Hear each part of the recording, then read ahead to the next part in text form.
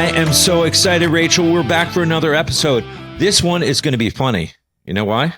Well, I know exactly why it's going to be funny, because we have comedian extraordinaire Angel Gaines with us. So not only has she performed with Jay Leno, Arsenio Hall, George Wallace, and many others, she has also performed on cruise ships. So some of you might have already seen her, and her other most important job is being a K through 12 special ed teacher. And she also does some acting and commercials and other stuff. Oh my God.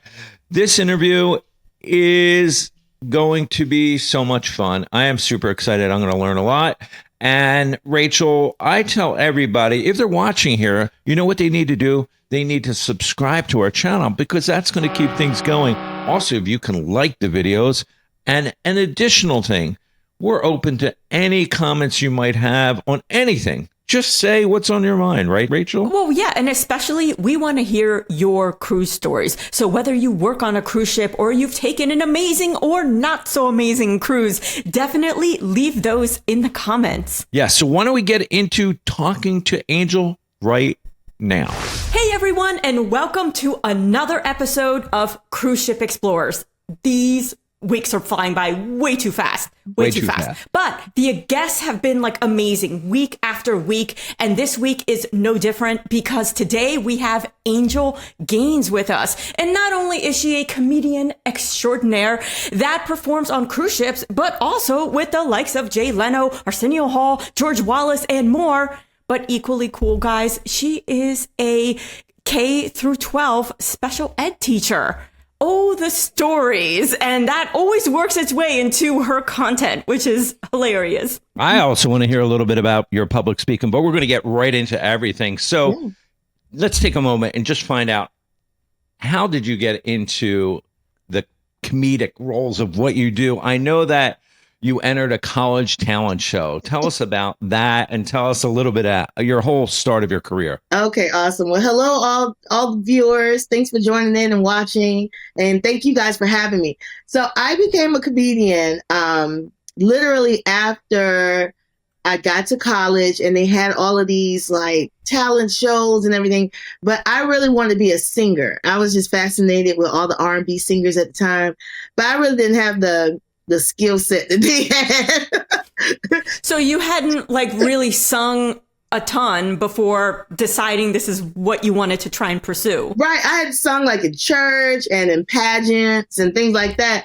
But when I got to the talent show and I heard this girl warming up, I was like, yeah, this not going to work out. So I told MC in the 90s, when you were introduced as a comedian and they didn't know you, they booed you. So I thought that was going to be an easy out to say, introduce me as a comedian, and then they'll boo me and I'll go, oh, well, I got to sit down. Right.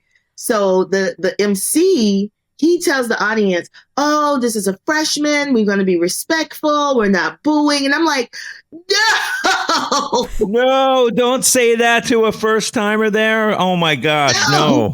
Like, oh, my God. I got out there. They would not boo me. I was making up all kinds of stuff to say. The spot? Yes. I didn't. Oh, my God. I mean, I would think that that's even harder. I think I would have liked to go and croak my way as a singer and get booed, whatever, leave the stage, and then just have people forget about it. Then go as a comedian. To me, that is like 10 times harder. But if I had gotten booed at the intro, my play would have been brilliant. I mean, thinking about retrospect, I should have just fainted. I should have like faked the illness. That would have been great. Right. That would have been the show right there. Right. Drop the mic and leave, you know? Right. So what was really cool was not knowing that a comic really was already in me, because I was always watching like In Living Color and Stand Up and Def Jam. So I knew the nuances, the cadence, the energy that was required. And it was just like one football player just so happened to boo me after like 2 minutes of just horror, and he booed me, and that is what birthed something in me. Like my ego came out, my like, you're not gonna die like this. And then I just started ranting about the football team losing and everybody just laughing. And I just started talking about classes and the things I didn't like about school. And everybody was just with me. And then the student activities coordinator walked in at that point. And that's how I opened for George Wallace. Because he's like, that's an amazing story. I mean, that's like, well, that's a big step. You know, most comedians, you have to really go through all the comedy clubs and stuff. And you just like went from, I'm going to be a comedian today. And then boop. Boom. Yes. And I was going to say, so you did that show. Yes. And that was like the launch of, hey, I think I can do something like that. So what led you down the road of going, okay, what are the next steps to actually make yourself a comedian, to make it a reality, a career? Right. So after that, George Wallace said to me, I would take you on the road with me, but you're only 18. I couldn't get in the clubs. Right. So with him saying that, it gave me the assurance that, this is where I'm supposed to be. This is a gift and talent that I have, and I need to hone it. So I literally didn't know that you're supposed to like read books and write comedy and go to open mics. I didn't do any of that. I skipped all of those steps. So I tell people all the time, I'm unique in the fact that when I came to LA, I had to work backwards because I only knew how to do professional shows. And because the college always has comedians come, they never bring opening acts. So I had the opportunity of opening for all of the comedians that came to school. So it was like, I didn't know what to do. And so finally, once I graduated, I knew that I wanted to come to LA and pursue acting and comedy and all of that good stuff. So that's how it just kind of transitioned. Mm-hmm. Yeah. I mean, they say, most comedians, they're cutting their teeth in the comedy clubs, opening up and like you said, getting booed and all that good stuff. But you just went right to the next step as the opening act. And you know what? It happens in entertainment. You have like musicians that go from a YouTube video, and next thing they're opening for Taylor Swift or something of that nature. Exactly. And so we always say, and me, being a musician as well, I did cut my teeth in those clubs. I did get booed. I think I might even had bottles thrown at the fence at me, who knows? But, that's what I learned. And, to strengthen my craft or whatever I was doing, a musical director. And to me, it's a unique thing that you had the opportunity to skip that and then work backwards. It's a very, very unique thing in the industry to do that. But either way, you turned out great and you learned your craft and away you go. I want to know how you transformed into the opportunity to perform on cruise ships. I wanted to get into that a little bit. Okay. So, that happened about, I think, maybe last year, maybe 2 years ago at the most. My agent was like, hey, do you want to do, some cruise ships? And I was like, no, absolutely not. Because the only thing I could think of was the fact that so many of my comedian friends were trapped on cruise ships during the lockdown. Right. That's oh my God. True. Yeah. Yeah. Because I didn't know, any of that life prior. I wasn't offered, prior to COVID. So once I saw my friends, I was like, I'm claustrophobic. This wouldn't work, blah, blah, blah. So in my mind, I was like, no way. And so he was like, okay. And then he just was like, okay, well, do you want to just try one? See if you got some sea legs or whatever. I was like, okay, let's just do one. Right. Right. But listen, agents don't hear that. He's like, I got her. So they say, it was like 3. Yeah. Did you say 1 or 100? I think it said 100. What I mean? She was just missing some zeros. It's a typo. Yeah. Exactly. He was like, yes. Okay. And then they say, no, it was like, oh, you have this one and this one. And I was like, whoa, wait, hold on. So once I did it the first time, I was like, this is nice. How long were you on the cruise ship? Was it like a long contract or short? It was 7 days. 7. Yes. Mm-hmm. And do you remember what cruise line it was, or where did you go? Yes, my first cruise line, Norwegian.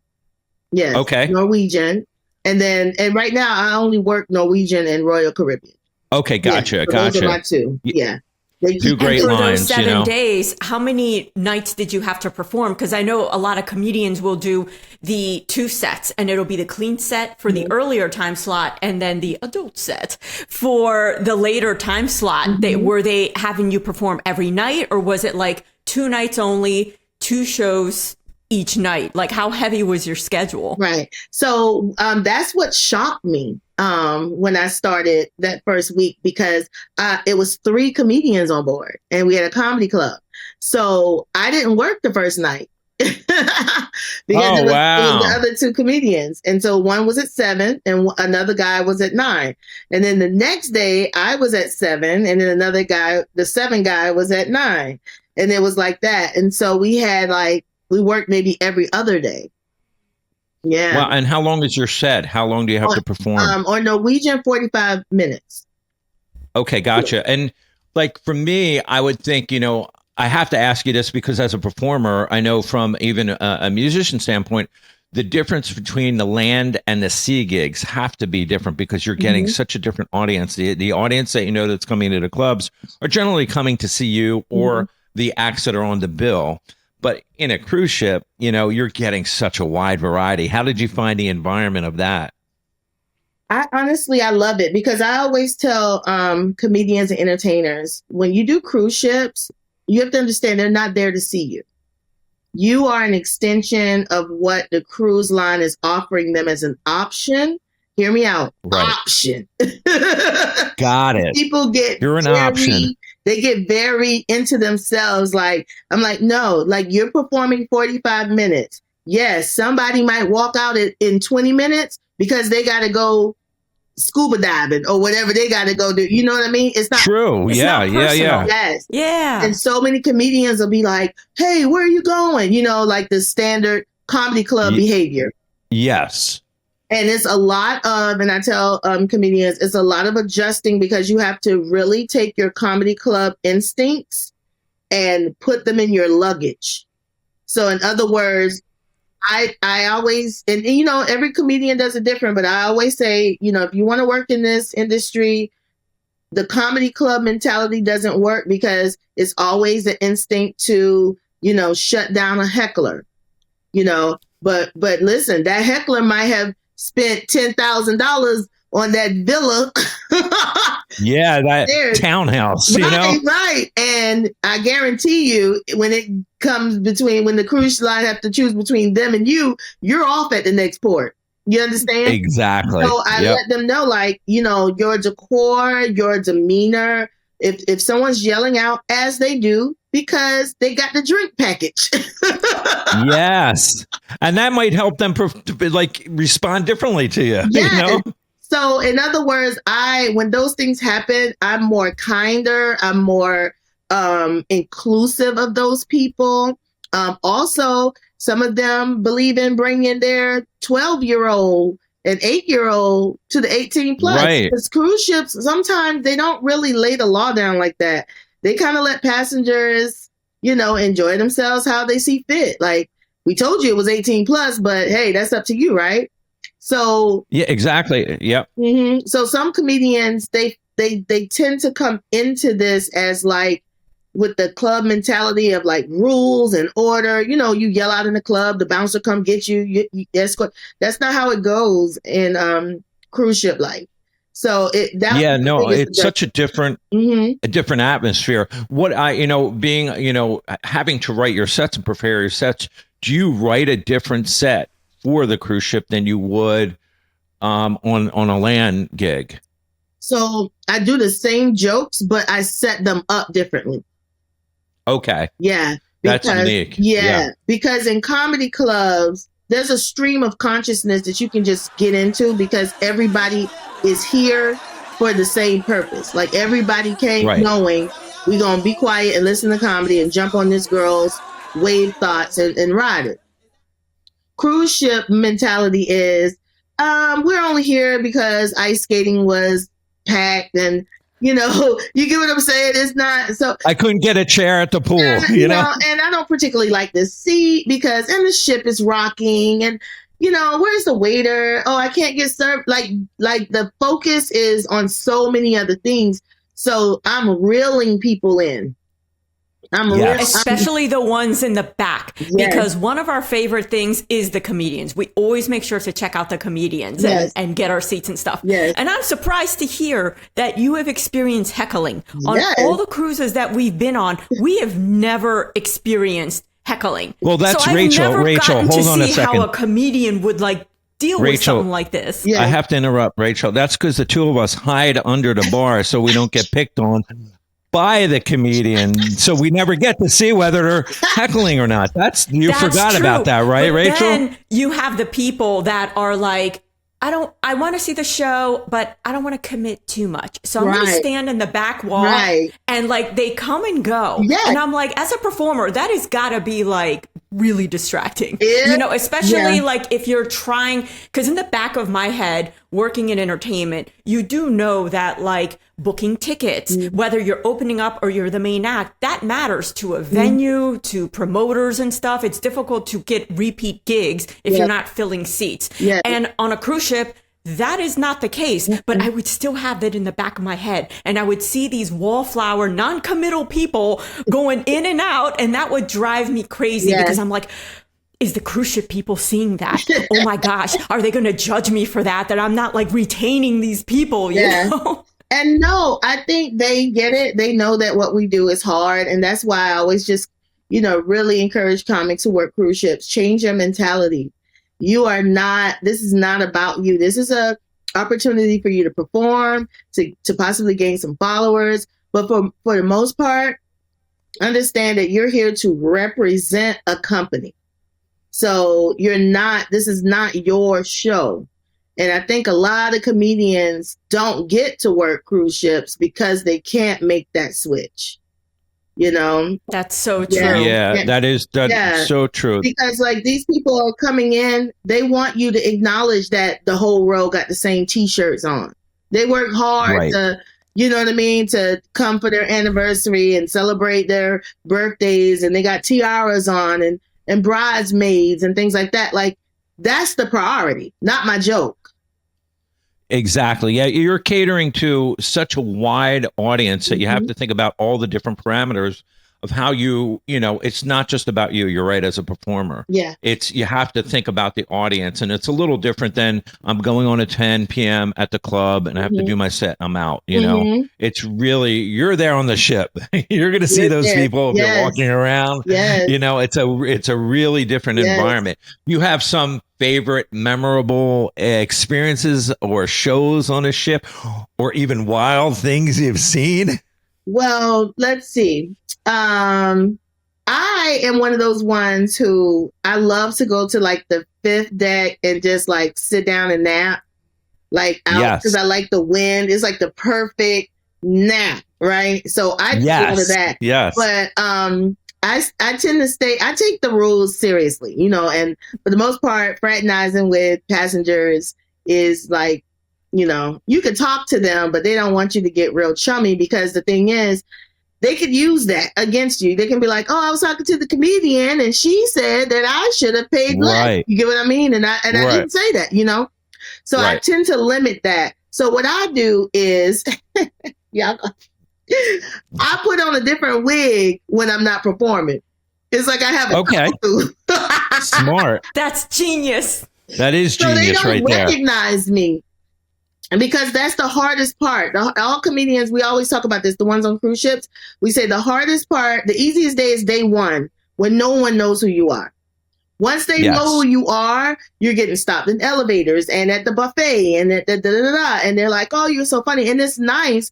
But imagine, it's 6,000 people on this ship. So, you need some downtime. You need some me time. Right. Yes. So what I do is I perform in one look, and then I have an extreme opposite look and some sunglasses. So that's a lot of packing.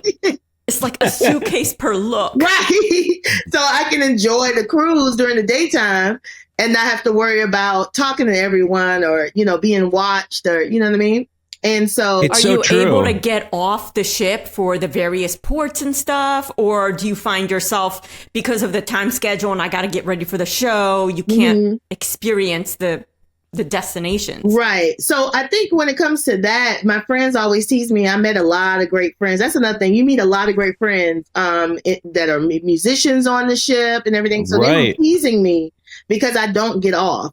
Like for a long time, I would not get off just because of paranoia. Just because I just felt like I'm going to get off, that I'm going to get left. You'll be a pier runner, like running towards the ship. Bye. Right. You know, they were like, Angel, our call time is way ahead of time. I'm like, no, it'll just be my luck that something happened and I can't get back on time. So finally, I started getting off and just hanging out on the pier, just that little walkway. Baby steps. Right. Yes. Baby steps. So you can see when people are getting back on the ship and you're like, I'm out. I'm back on the ship. As the ship is in my view, I'm okay. But if we're at a port that doesn't have like the restaurants right there or whatever, I'm not getting off. No. But also my favorite part is when everybody gets off because the ship is so quiet and then you can have the jacuzzi to yourself.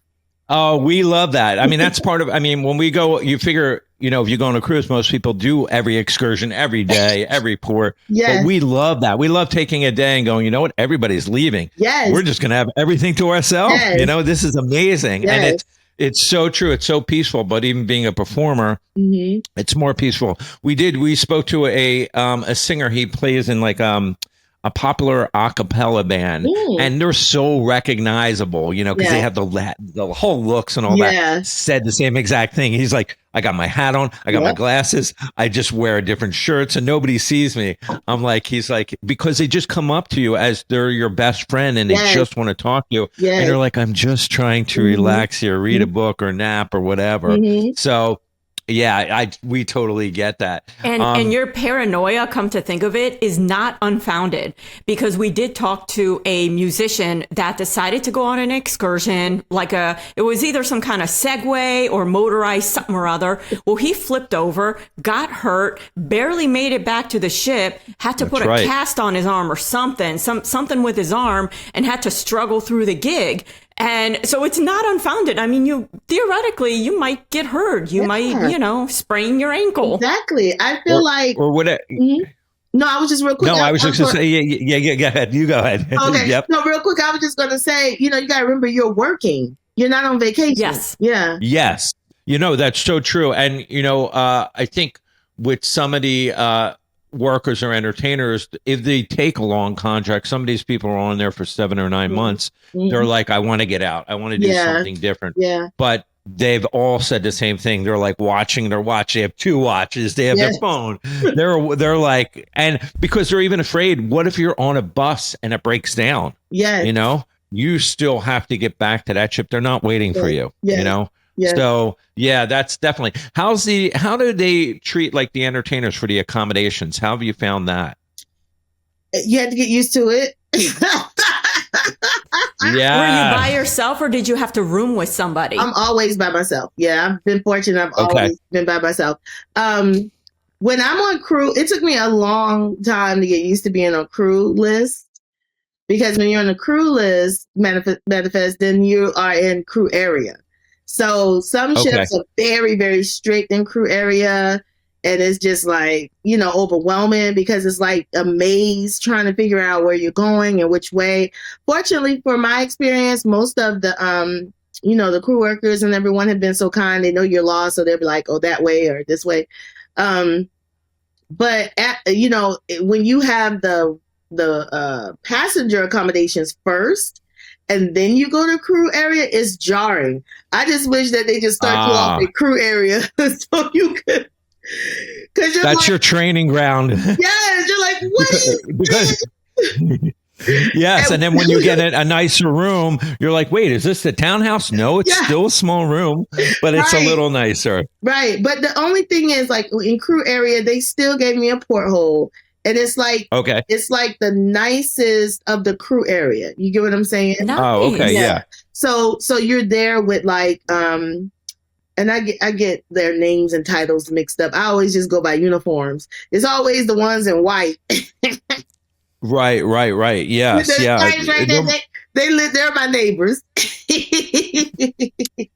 so interesting because, everybody says, it's sort of the same thing. And I think that's based on, they start you out on this level, and then as you work your career up on the cruise ships, or maybe even in the ship itself, they give you nicer accommodations. So people, sure it's the same way. I don't know how it works, but we've heard so many different stories, whether you're allowed to eat at the regular places or do they have your own eating stations? How does that work? So, in my experience, they've always given me passenger privilege. Okay, gotcha. So I'm always able to go and be a passenger. I just, in crew area, have to make sure I have a name tag. Got it. You know, and follow their rules, like no open toe shoes and things like that. And I'm always a safety girl, so I'm cool with, following that kind of stuff. But for the most part, I don't know the secrets of knowing whether or not each ship is, okay, let me just say this. In my experience, each ship is its own city, and they have their own rules within their own ship. So even though there's general rules of like no fraternizing with the guests, the alcohol policy, those are general. Then when you get on the ship, it's like rules per ship. And so I always tell comedians to, when in Rome, do what the Romans do mentality. You can't go like, well, when I was on Bliss, they let me. It's like, no, baby. Nobody cares you were on Bliss, yes. What do they do here? Because there was one ship that I was on, and I can't remember the name, but they didn't allow entertainers to use the pool or jacuzzi. Right. Yeah. And then they also wanted us to participate in the emergency call thing where we line up outside with those long beats and everything. And I wanted to tell them, listen, honey, I know that this is what y'all do, but I'm gonna let y'all know if the emergency happened, I'm not doing any of this stuff, honey. I'm getting off the ship. I'm parachuting. That's what the helipad is for. Exactly. I have my own helicopter coming, Right, exactly. And you mentioned alcohol policy, and we've heard this before, that they do either restrict you to a certain alcohol percentage in the blood or buy drinks or something, or some of them are looser that as long as you don't appear visibly drunk. Like what did you find that the rules were regarding alcohol? Because we've heard that. Yeah. Well, the strictest that I've seen is, yes, definitely the alcohol percentage that they can test you at any time that they feel necessary, but also no drinks 4 hours prior to showtime. So I just do that across the board. Like no matter what ship I'm on, I don't have any alcohol 4 hours prior to showtime. And that makes sense. Yeah, no, that totally makes sense. And I don't drink out of the recognizable glasses. I always have like a mug or something, so that right. You know what I mean? Yeah. It's the disguise, part of the disguise. Yeah. No, it's so true. I have to ask this from being a performer: how do you find interaction with fans? Because it's such a different way you can interact with fans from being in a club. You get your club time, and then when the show's over, 2 a.m. or whatever time the club closes, everybody's out. Here you have 7 days, and we talked about it a little bit, but do you enjoy that type of more interaction with the same people over and over, coming from a performer? I think, in all honesty, I'm an introvert. Yes. So, which so many comedians are. That is like the strangest thing. People exhaust me. Like I have to like rest after I go to parties and stuff. It's just because we feel so much energy. Like when you're in a room, I feel everybody's energy. It's just overwhelming sometimes. So I only talk to people who recognize me. So, and after shows, I stay backstage until the crowd disperse. I don't walk out into the crowd. Right. So I just hang out, Yeah. Or if it's like where I have crew access, I just go through the crew maze and leave. You know what I mean? Because people can't see. Yeah, that's like this. It's like the behind the scenes, get away and just chill. No, you're right. Because here's the thing. I was, just both Rachel and myself, we can appreciate that because when you're on, you're on. Yes. You have to be on. There's no shutting it off. Yes. It's physical. And the funniest thing, we both, when we perform, so if we perform different locations or she's doing a TV thing and I'm doing a musical set or whatever, we'll come back from it and then we'll be like, so what was this? What was that? She's like, I don't want to talk about it. I have no voice. Cone of silence. Yeah. My Get Smart cone of silence. Yeah. So, I mean, basically, we totally get that. And sometimes you need that. So escaping through the back room and doing your own thing is just so peaceful. Yes. I want to switch gears a little because I want to hear you're a motivational speaker. Yes. Right? Well, before we do that, I just wanted to ask you. Go, Rachel. Yeah, go. you talked about meeting other comedians and other entertainers. Like, do you guys stay in contact afterwards, or have you done contracts where you bump into each other again? And is there, of course, there is New York networking and LA networking and like moving your career in that respect, but moving the career in the cruise ship respect, do you guys network and share information to try and get better contracts or, you know, lock in more performance opportunities? Because I know some performers like make lifelong friends. Others, it's different faces every time. Well, I think for me, I'm new to it. So I'm not in the fraternity yet. I think I'm like, you know, right. I think they'll invite me one day. But for the most part, we'll be part of the group. Yeah. But for the most part, the comedians that I work with during that week, we do keep in touch like via social media. Also, some of the singers, I keep in touch with them because there's certain singers that I find myself always working with. You know, I feel like the talent casting kind of like certain personalities together. And so you see them again. As far as the passengers, they'll find you on social media and send you messages. But it's kind of harder to stay in touch with them because you don't have a rapport. But for some of the crew members, like when I work on the under the crew manifest, I've become really good friends with them. And so they'll tease me on social media, like when I post things, and they'll be like, "Oh, you off the ship today?" You know, and, right. And then we'll keep in touch because on WhatsApp, because a lot of them switch ships.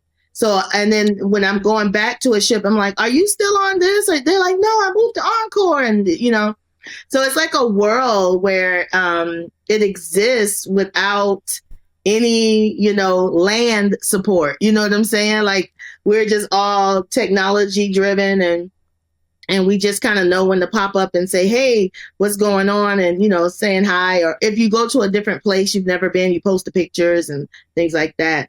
But as far as networking, I just use my agent. Okay, gotcha. What about like, I know I asked about motivational speaking, but I wanted to ask, do you have any new cruise contracts coming up? Do you have anything planned for your next ventures for that? And you know what's so funny? My agent and I share a calendar. I honestly don't know where I'm going. And this is what makes it exciting for me. I don't know the itinerary until I get on the ship. Like when I go get out. I don't know where I'm going. And that is, I don't know, weird like that, like to make it fun and spontaneous, because otherwise this could be blah, blah, blah, blah, blah. So the excitement for me is he'll tell me the cruise line, you know, the basics, but I don't know the itinerary. I don't know the order, you know, do I perform, you know, day one. I like the element of surprise. So I do it. That's awesome. Yeah. And what are some of your next ones coming up? Do you know like the dates or the cruise lines? Yes. So November 9th is Norwegian. Okay. Don't ask me which ship. That's the thing. I don't really. No. Yeah. No. I mean, but it's Norwegian. Yeah. And where do you generally leave out of? Is it all over the place? Can it be anywhere? For me, let's see, I've done New Jersey. I left from there. Okay. And by the way, if anybody's listening, it is cold that morning that you are disembarking. You're talking to two Philly people here. Oh my God. I don't care. And New Jersey is the neighbor of Philly. So we get the coldness. I got sick standing out there I was just so cold. I was just trying to put my t-shirt like this. Show up in shorts. You're like, oh, it's like going to be 90, you know? I was, freezing. So I always remember that. And then I always get Orlando, Fort Lauderdale, Miami. Those are the main ones for me. But next year, I'll have one from Los Angeles.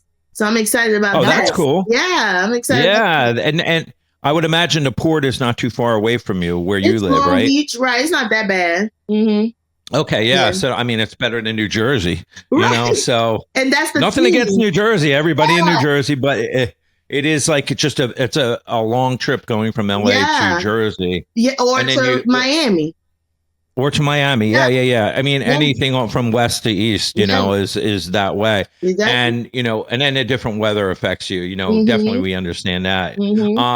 So let me switch back to the motivational speaking. Okay. How did you even get into that? Because I know it probably comes natural being, you know, speaking with, you know, as a comedian, but how did you get involved with that? Did your agent hire you for that, or how did you get involved with that? Okay. So this is where it's all compartmentalized. So I have my cruise ship college agent. So that's one.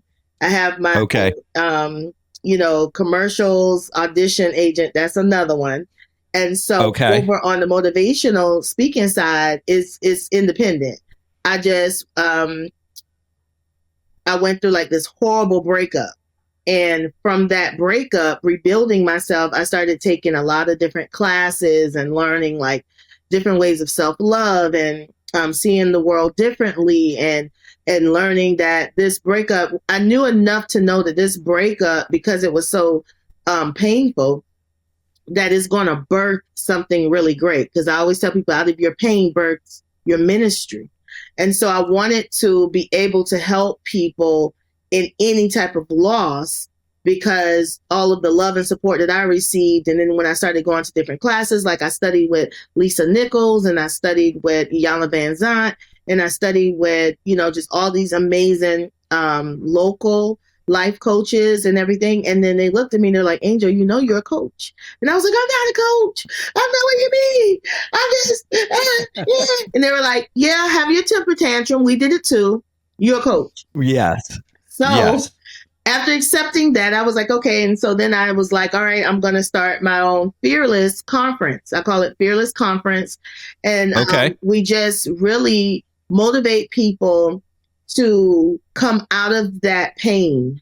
You know, I'm very specific about, you know, it's one thing to be like, you can do it, you know, but it's one thing to go, we're talking about that little pain that you're like keeping hidden and nurturing it. Yeah. And it's a soft spot. It's a trigger for you. It's like this little baby that never grows up that you got to just keep, you know, at bay. Right. And so many people have come to the conference and like they've written books now. They're coaches themselves. So I think for me, that part of me is the part where I feel like I'm giving back. And it's not necessarily the money that pays the bills type thing. It is my ministry, what I love to do. And so then I started coaching comedians. Right away, I just started focusing on comedians because a lot of times comedians, we get away without being self-developed. We get away with it because we get to get on stage, say the most ignorant things, or deprecate to the point that we just pulling ourselves apart and people go, oh, but they're just trying to be funny. Oh, they just, you know, don't take them seriously. And that's why we have so much mental illness in comedy. We have so much suicide, drug habits. Right. Because no one's saying, I see it. I see what's happening here, but that ain't the joke. Yeah. You know, and that's where I came along. I was like, I want to be able to go in comedy clubs and pull people aside in the green room and be like, you know, if you want to work together about so and so, because that's not what's happening here. Yeah, no, that's amazing that you actually are able to do that from the standpoint, because it's really, to me, it goes hand in hand, because, you know, you're doing your comedy, but then the speaking just is almost like an extension of what you do. Yeah.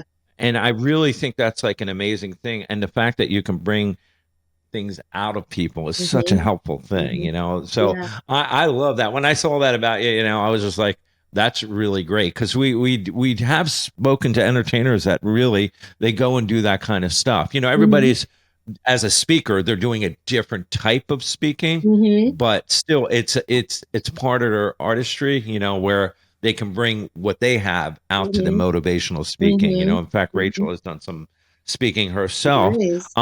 So with your career as a comedian, give us some of your highlights. What, like, land or sea, it doesn't matter, because I know you have so much. And I encourage people to like hit her Instagram, her YouTube, and just listen to her comedy clips, because you will laugh your butt off.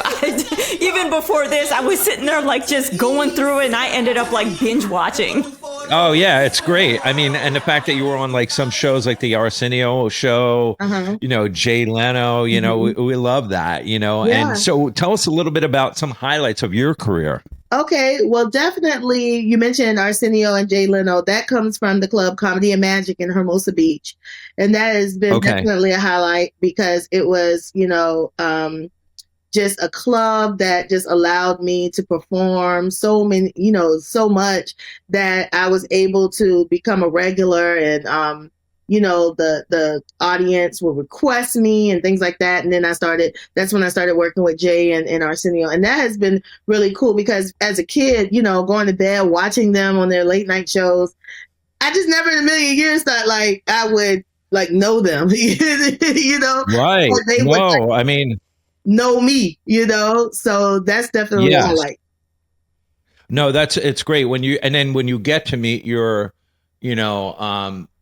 the stars that you've never seen before. Sometimes it can be a little disappointing if they don't have the personality that you're expecting. And, I'm sure everybody has a story like that. I saw that you did the dry bar. Yes. And how is that? Because that's a little bit of a different atmosphere, right? Yeah. And dry bar for me was really challenging because I did that coming out of the pandemic. So we were still like opening. Just throw you right in. Yeah, we were just opening up, and then the mask and do this and da da da. So then it didn't get released until like I want to say 2 years later. Like I shot that so long ago, and when it finally came out, I think I shot dry bar 2 years. Maybe more. I think I shot dry bar in 2021 or 20. Yeah. So sometimes it does take a while for those shows to get and I was the green fine light with it and get out. I was like, take your time, do whatever you want to do. And because I always believe in divine timing. Like it just came out at a time that was perfect. And let's see, I would say the NFL commercial that I did with Keegan Michael Key.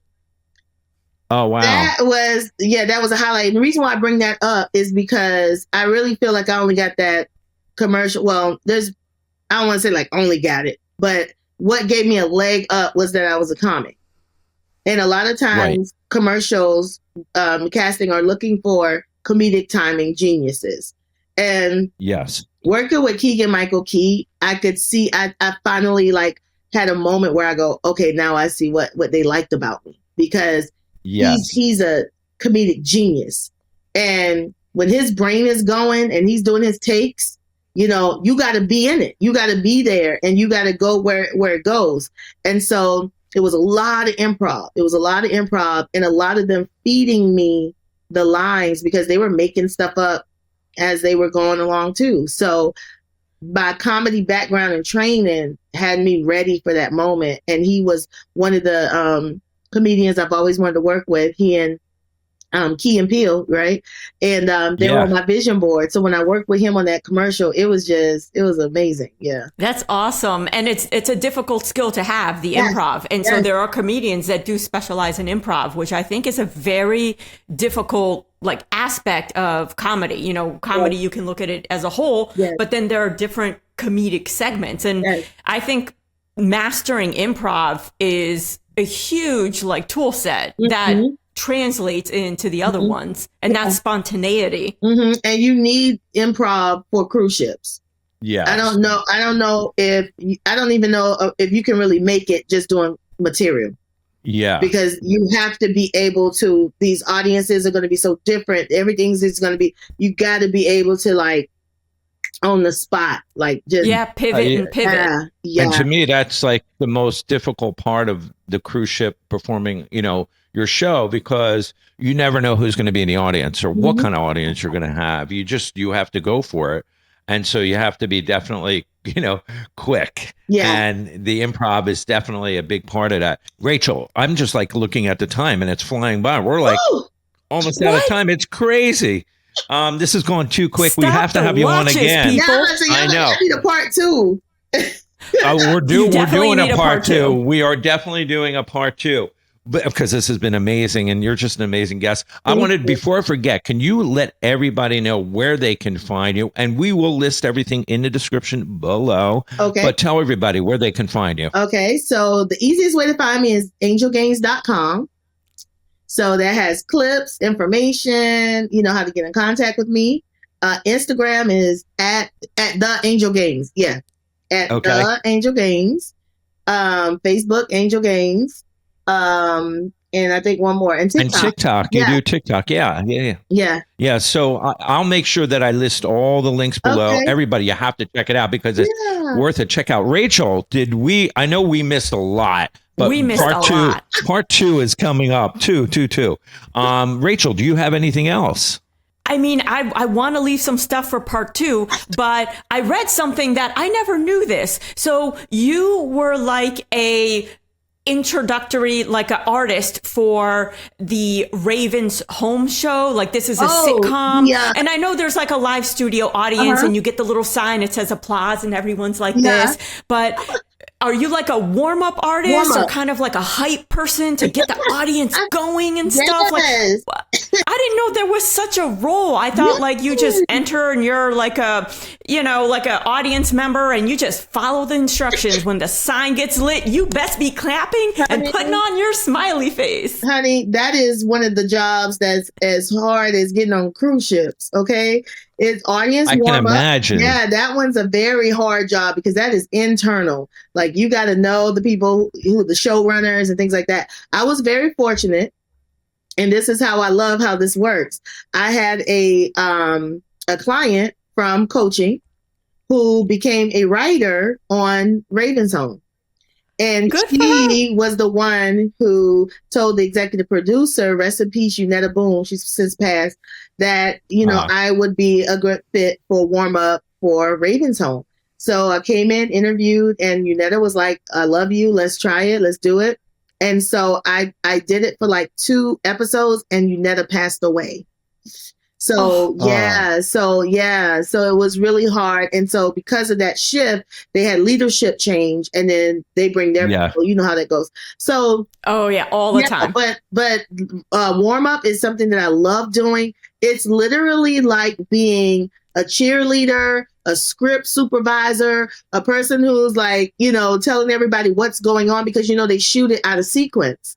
So you have to tell the audience what's going on so that they'll laugh at the jokes. Otherwise, they wouldn't understand what's happening. True. And then sometimes they're setting up shots and it takes longer. So you got to entertain them. It's just a lot of fun. But it's one of those jobs where it's really, a who type thing. Yeah. And it's interesting in this day and age that they haven't like lost the audience and just go with like a recording of laughter and stuff. Like they still have, organic definitely brings that certain element to a show. It's difficult to replicate, which is pre-recorded stuff. Yeah. So I understand that bit. Yeah. But that is a hard job. I definitely, I was just going to say real quick, in comedy, the actors need that live interaction too, because it's kind of like stand up. You need that immediate, is this funny? Is this working? So if you just use the recordings, the jokes may not be funny, but you just put a laugh in it. That's why I like so many of those live shows, even dating back, to the Chappelle show, that, just with the live audience interaction. And then he had, of course, the pre-recorded skits and stuff like that. But, it just brings a different element and it's such a tough job. I would never be able to do it. I'm glad I'm a drummer. I just hide behind the drums and do my thing. What you guys do is a different level for me. I appreciate it so much, Thank you. This has been great. Rachel, part 2, right? Part 2, because like questions are wanting to fly out my mouth, but I'm like, yes. All right. Well, Angel, anything you want to add? I would just add that, after all of my interviews, I try to just remind people that if you're listening to this, my goal is for you to be inspired, for you to see what it is that you're called to do, what you're afraid to do. Try it, just like I did with cruise ships, and now I love it. But most importantly, understand that your light in this world is so important. Let it shine. even if it's with a 2,000 passenger cruise ship or 2,500 theater, just let it shine and don't be afraid to be who somebody needs. Don't be afraid to be who somebody needs. Great words. Great message. And the last thing I want to add, which is the most important, is make sure you have eyesight on that cruise ship so you don't become a peer runner. Listen, hang out with me. You'll never miss your cruise.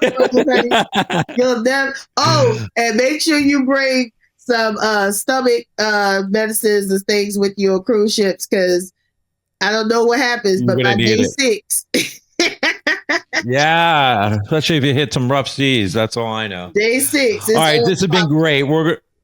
We appreciate you being here. Thank you so much for joining us. Thank you, guys. Hey, everybody. Thank you so much for joining us on this episode. That was a great episode. We hope you enjoyed it. Great guests. We're super excited. Each week, we're going to bring you a new interview with cruise staff featuring entertainers, cruise chefs, cruise directors, bartenders, whoever we can find, as well as cruisers themselves to tell their individual stories. And we're going to have special guest celebrities.